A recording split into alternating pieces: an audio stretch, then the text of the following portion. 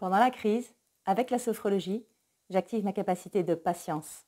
La patience n'est pas la capacité d'attendre, mais la capacité de maintenir une attitude positive pendant que vous attendez. Et toi, Valérie, qu'est-ce que tu actives en ce moment avec la sophrologie?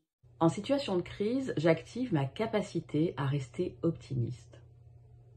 Depuis le début du confinement, il y a une phrase de Christophe André qui me porte.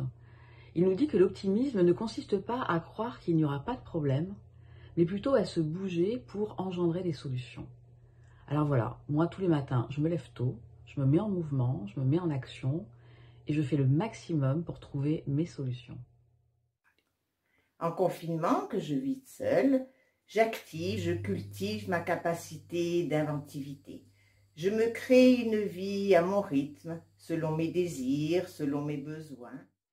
En période de crise, je fais appel à mes capacités de tempérance et d'émerveillement.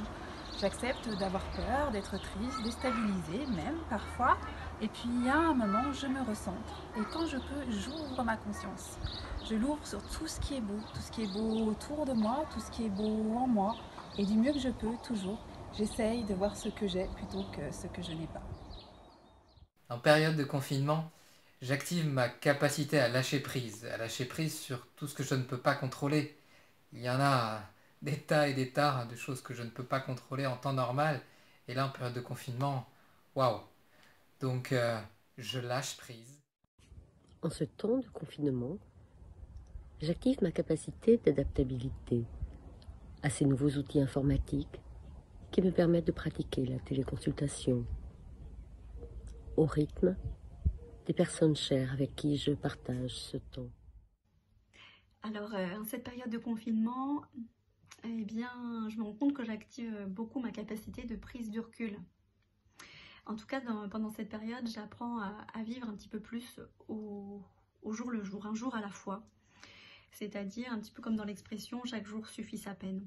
Et c'est vrai qu'en tant que maman, je suis souvent dans le fait d'être dans le fait de planifier, de prévoir, d'anticiper, de voir loin, avec parfois une charge mentale importante. Et donc là, je me laisse un petit peu plus porter. Je me laisse un petit peu plus porter au jour le jour.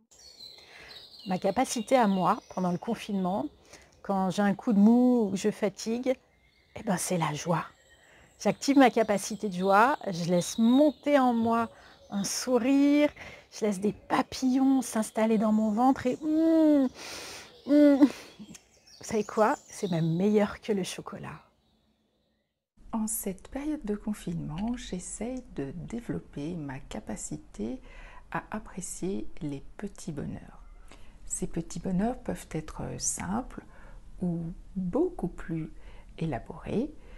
L'important, c'est de vous souvenir de ces 3 moments de la journée et également des pensées, des sensations corporelles et des émotions que vous avez ressenties. En Suisse, grâce au semi-confinement, j'active ma capacité de créativité, aussi vite que possible, mais aussi lentement que nécessaire. Écoute le monde entier appelé à l'intérieur de nous. C'est avec cette citation de Valère Novarina que je voulais vous transmettre la capacité que j'active particulièrement en ce moment de confinement, l'écoute. Celle du monde extérieur, de la nature peut-être différente, celle des autres qui sont lointains ou proches. Et ce que cette écoute produit en résonance avec nos valeurs, avec notre cœur.